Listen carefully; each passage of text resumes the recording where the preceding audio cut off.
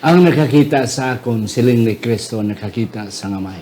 Kayang bugos nga dagway sa ngamay ara sakay sa anak.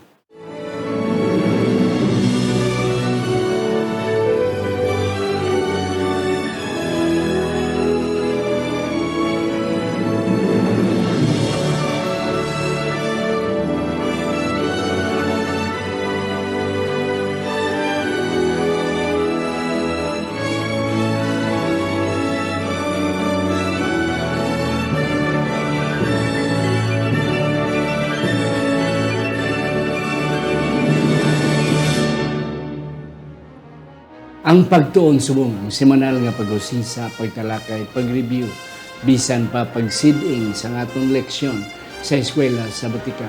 Ini ginadala sa inyo sa Media Ministry Department sa atong iglesia diri sa Central Philippine Adventist College diri sa Alegria Murcia, Negros Occidental, Philippines. Isa ini kahiligaynon o kung ilunggo nga version sa aton weekly Sabbath School lesson sa bilog nga kalibutan. Ako si Pastor Luisito Tumado, ang inyong masunson nga host sa sining aton programa ang Pagtuon Subong. Kag-ari ang akon mga bisita mga kauturan, aton mga resource persons. Mag-asawa ni sila mga kauturan, mga batanon pa wala pagani sa mga anak, mga kauturan, apang ako nakahibalo because sa ilang na eskwelahan, sa ilang eksperyensya, they have enough to share for us. Labi na gid sa atong leksyon sa sinit nga si Ma'am. Ang ako na unang pakilala sa inyo mga kauturan, si Ma'am Sherry Ngadora Pamorcan mga kauturan. Originally sa Santo Niño, sa Tabato. Isa siya ka-graduate sa Master of Arts, major in concentration sa Adventist study sa IAS mga kauturan. Kag-ari sa karon isa siya sang aton mga faculty o mga professors diri sa School of Theology mga kauturan diri sa CPAC. Ma'am Sherry, mayong adlaw sa imo. Mayong adlaw man daw sa imo, Pastor, kag sa aton nga mga viewers. Yes, and that's it mga kauturan. Si Ma'am Sherry, isa ka Ilongga mga kauturan. Galing iti nag-eskwela sa Luzon, sa Cavite.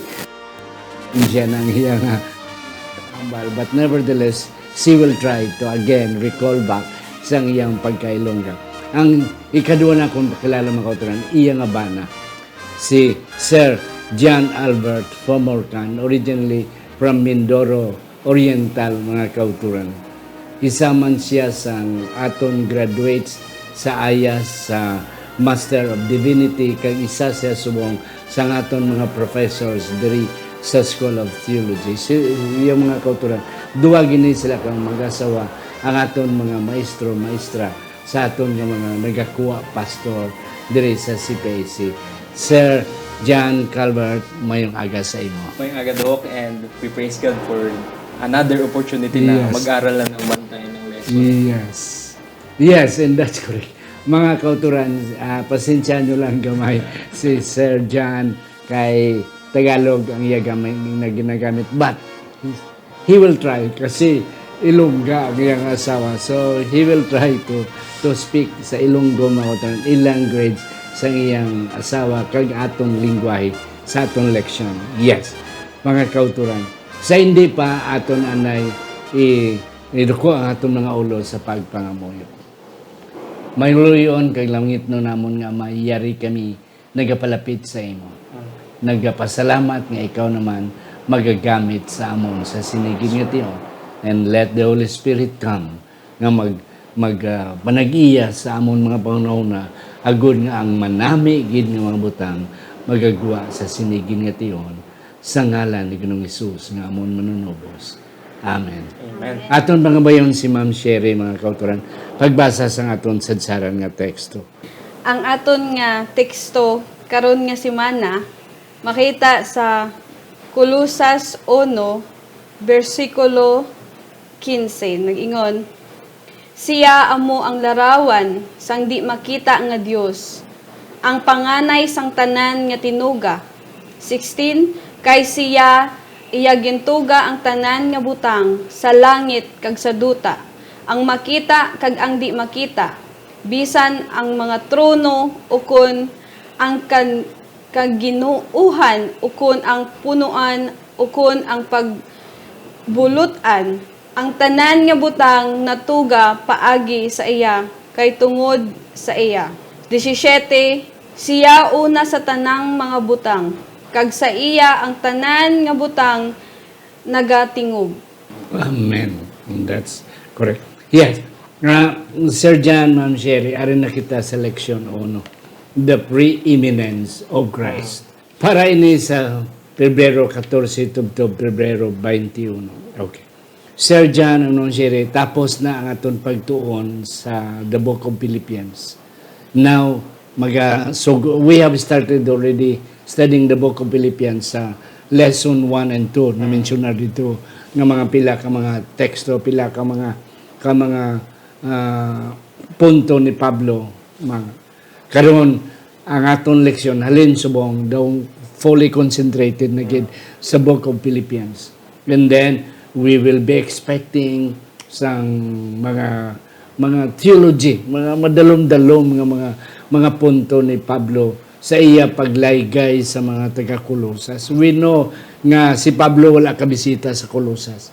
But he learned more about Kolosas sa mga kaupod niya sa Buluwaton. Ang aton matunan I am, mga dara, and then firstborn, and then ang metaphor sang head o kon of the body nga mong iglesia, and then in Him is the fullness of God. Yes, Sir Jan, ano pagid ang aton nga madugang pagid nga at least mabala naton kung anong ini nga semana nga pagtuon. Okay, Doc. In our lesson, this is a really nice lesson regarding the preeminence of Christ. Yes. And in this context, Docs, especially in the book of Colossians, if we look back at the early century, at the first century of Christian setting, Doc, meron silang gina-address na mga philosophical worldview. Yes. Alam naman natin, we know na sa time ng Greeks and Romans, the Roman people adopt the Hellenization.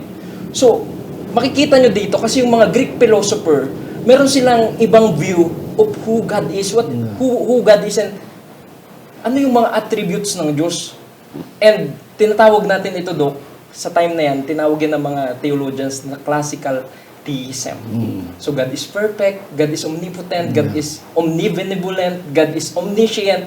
That it seems so right, Doc. However, pagdating sa isipan ng mga Greek philosophers, God cannot relate, God cannot make relationship because He's self-sufficient. Yes. He cannot relate, He cannot depend, or He cannot be affected by the action of the creators, which is, makikita natin in this lesson, gi-address ni Paul. Yeah. So, ilagay natin yung isipan natin. Let's put our mind in their mind on that time.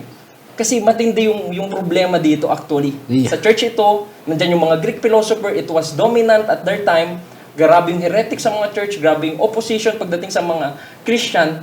Kasi iba yung tingin ng mga Greeks sa Diyos. Iba yung conception, Doc. And that's correct, Sir Jan. Ma'am Sherry, no? Iba ang problems nga gin-address ni Paul sa taga-Philippians. Last week, ang last chapter 4 of Philippians ato natunan, ibaya because Paul was trying to emphasize to the Philippians nga, let's be united. Okay? And then in Christ, we can have all these things. And we should reflect heaven because we are citizens of heaven. Ngayon, diri naman sa Colossians, iba naman ang problem nga gina-address ni Paul. It's about doctrinal, about mga teachings sang kalibutan nga naga-infiltrate sa Church of Colossians. That's right. Yes, Ma'am She. So, diri pastor, aton man makita kung ano gid ka authoritative ang Ginoo. Yes. Ang may ara abi nga mga idea, yes, they are already believing God, but ang pamangkot nila sinoni nga Ginoo ang ilang ginasimba. Strange God niyo. Kaya ti ang mga Greeks siya, mga Romans siya, grabe ang ilang philosophy. Yes. Grabe ang ilang logic to connect. Misan hindi makonect, i-connect Yes. nila just to go out, just to come out a good reason, a good Yes, result. Yeah. So, amo ni siya ang gina-address ni Pablo. Yeah. So, image of the invisible Yes. gods. Sir John, ano yan? I'm excited with this. Nakita nyo, Doc, ngayon, sinasabi na ni Paul, Christ is the image of the invisible God. Yes. Yung God ng mga Greeks na that God cannot relate, that God cannot enter a time bound because God is eternal. Yes. Ngayon, paano na yung Christ na to nag-manifest when Christ, when the Son of God incarnated as a man in the personality of Jesus Christ, paano si Jesus ngayon naging manifestation Yes. or ultimate revelation Yes. of who God is? Yeah, and that's correct.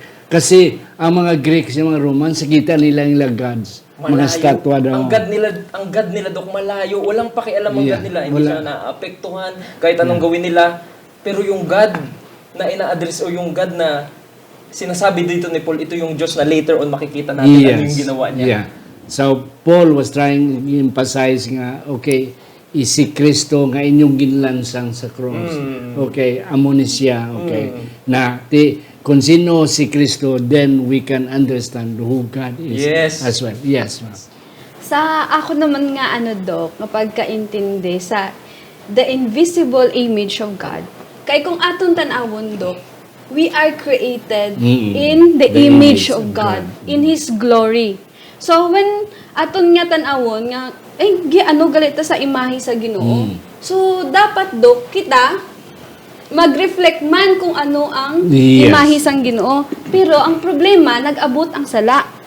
Pag abot sang sala, instead kita sang imahe sa Ginoo sa aton nga kinabuhi, nagka-problema.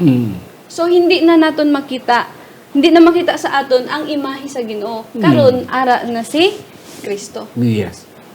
And that's it. So si Pablo is trying to tell them, okay, you have seen Christ, you have heard about Him. He is a complete representation of who God is. Kaya tisilig niya, sino nakakita sa akon, have seen the Father. So, do you have some more, Sir John? Ayan, makikita natin, Dok, dito, yung image of the invisible God which is nag-manifest kay Christ. Kina-counter argument ngayon ni Paul yung thinking ng mga Greek philosophers. Na sa kanila, hindi pwedeng pumasok ang Diyos sa temporal time. Kasi siya ay eternal. Wala siyang past, wala siyang future. Ang Yes. tawag sa kanya, eternal present. So ngayon, paano ito ngayon? Na merong Kristo, there is Christ who believe na pinaniwalaan natin na siya ay Diyos, na pumasok sa human setting, naging tao. And sa kanya, yung hindi makita na Diyos ng mga Griego or ng mga Greeks, nakita natin. The image of the invisible God, yung invisible God ng mga Greeks, nakasama natin. Yeah. Nakita natin. Gumawa ng maraming mga wonders and signs. And yung pinaka-ultimate pa nun, napako siya sa krus. Yeah. Ang isa pa gid, Ma'am She, kag Sir John. Why Paul very strong gid, kag confident gid siya sa iyang presentation about Christ. Because si Kristo hindi lang Diyos, hindi lang tao. Nangin Diyos na nangin tao. And then one of the proofs nga iyang try to tell and to convince everyone, labi na sa sulod sa iglesia sa Colossus, is the resurrection of Christ. Nga kung hindi si Kristo na resurrect, ang iyang argument will not be that powerful. But since na tao siya, napatay siya, na nabanhaw siya, and that's a good point nga si Pablo nga, yes, si Kristo is a real representation of who God is. Yeah. Ari kita sa firstborn of creation sa Mandia. Balik na ako sa imo, Ma'am She. Ano ang buot silingon sa firstborn? Ang buot silingon sa firstborn, Pastor, is hindi siya bangod kay una ka nga bata sang imo nga ginikanan, matawag ka na nga firstborn. It's about the nang gihatag sang Ginoo bala sa aton nga mahimo ta nga blessings. We have a special relationship sa Ginoo.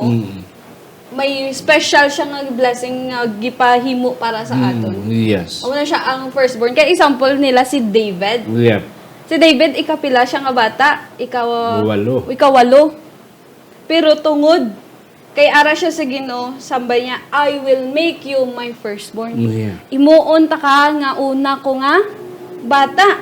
Hindi lang pagid na amo nang iyang nga gi-emphasize, pastor, ang iya pa gihambal, I will make you the king. Not just the king, but highest of all. Sabi niya ganon. Highest on earth, the king on earth. 'Di ba? Ang kung aton tan-awon, pastor, kung ano gani, ang firstborn niya ginahambal diri, ang una gid niya bata is because naga-reflect na siya kay Kristo.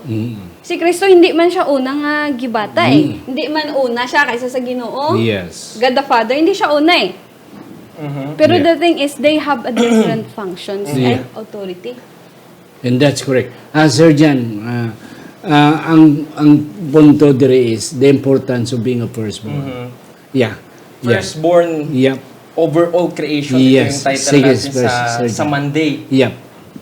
So, as Ma'am Sherry has told, na nasabi na niya, it doesn't mean na in order Oh, of firstborn, chronological order. kundi sa superiority. Yes.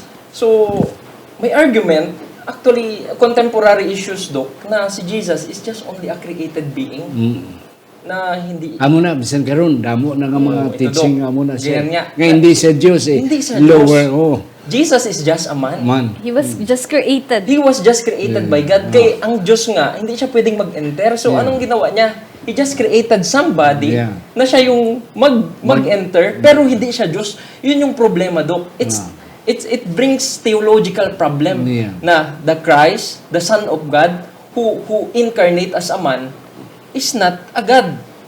So, si Paul, ginasabi niya, before pa ang lahat ng creation, ara na si Nag-exist na. Kristo. Ara na si So, Kristo. paano po mangyayari na He was just created?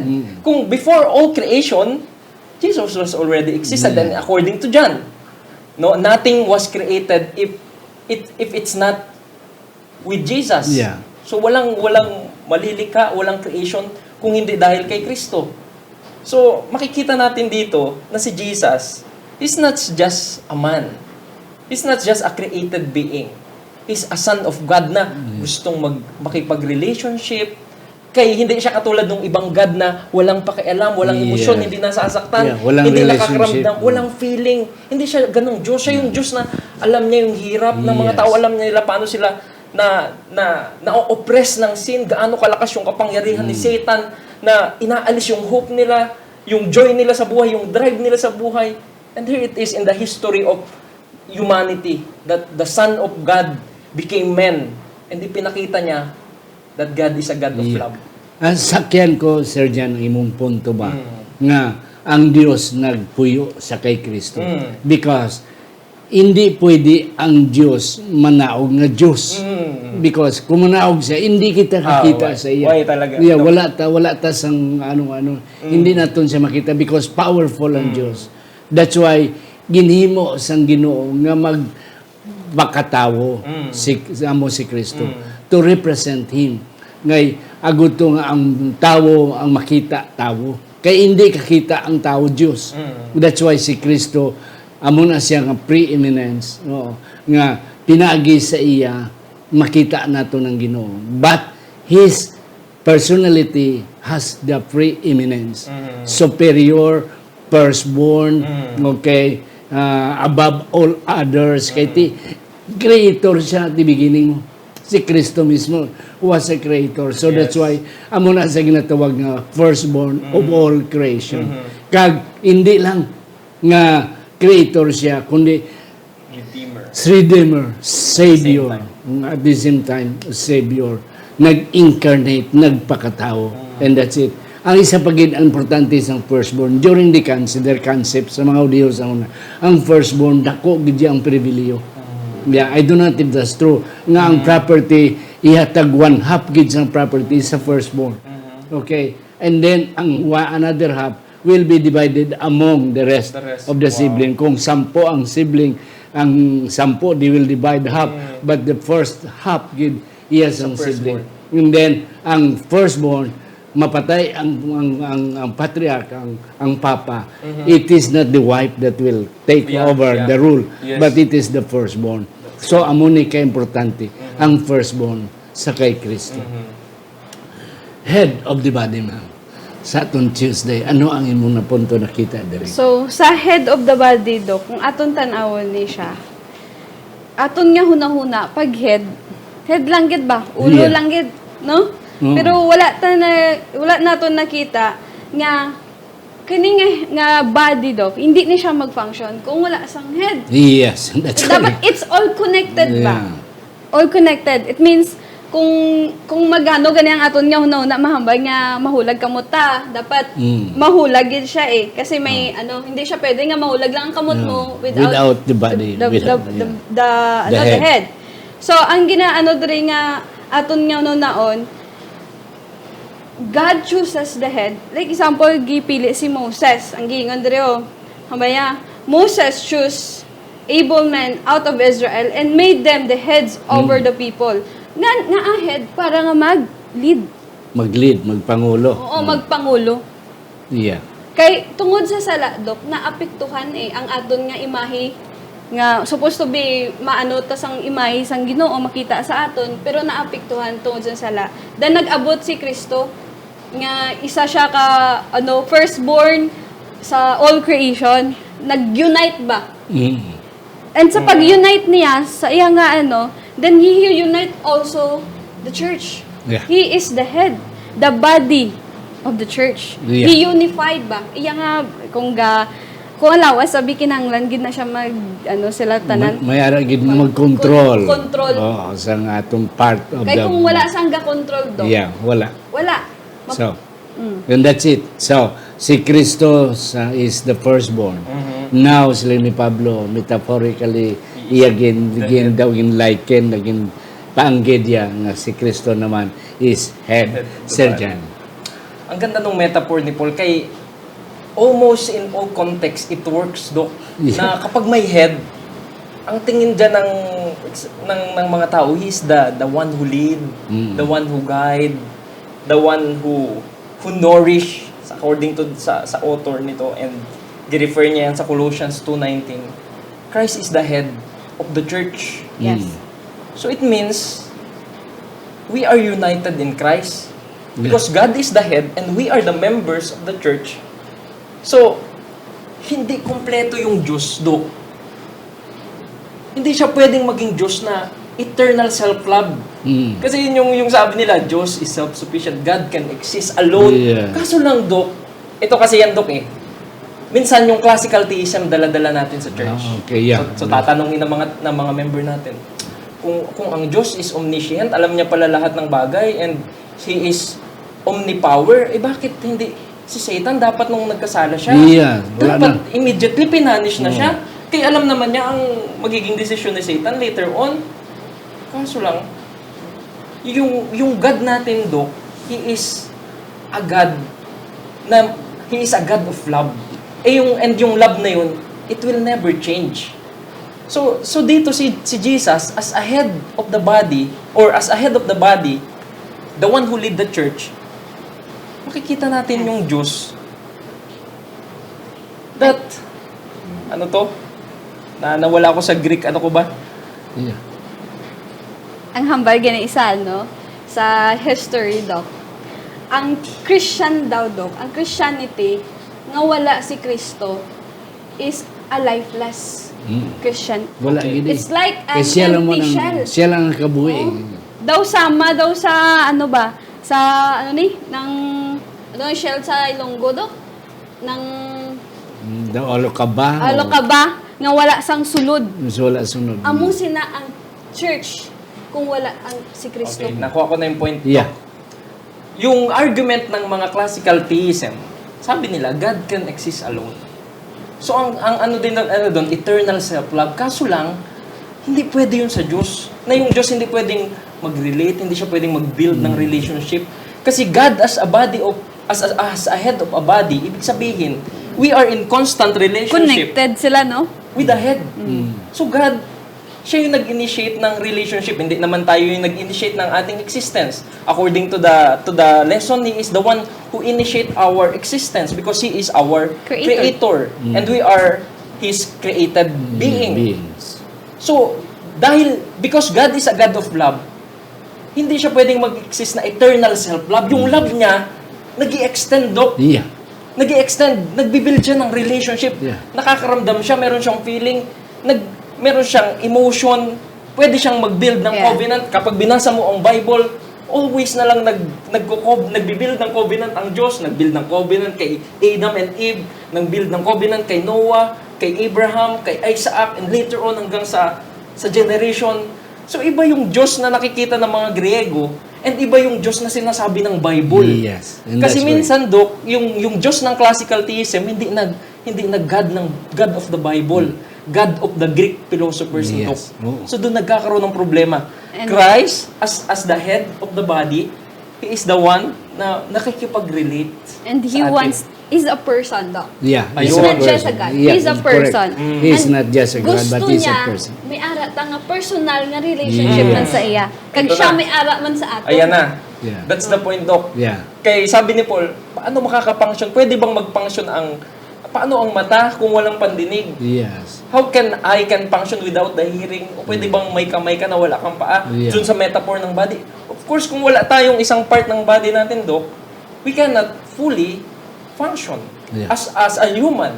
So, sa human setting ba yung metaphor Yeah. ni Paul? Ina Paul. And then, iyang gina-relate sa church. Yes. Okay. Nga sa sulod sa iglesia, siya ang aton nga ulo, nga amo siya ang naghahatag, provides leadership, siya ang naghahatag guidance, siya ang naghahatag nourishment, agud to nga mabuhi ang all parts of the body. And then naghahatag growth sa iglesia, and then unify the church. We don't have much time. Ari kita, in the beginning, okay, and initiator. Ano din siya, ma'am, may gamay siyang relasyon sa firstborn. Siya amo ang aton nga sinugdanan.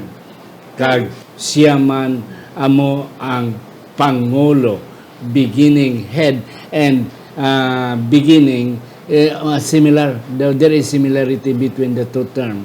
Sa Greek, yeah, may similarity sila. Then, siya ang initiator. What do we mean by siya ang nag-start? She is the one starting everything.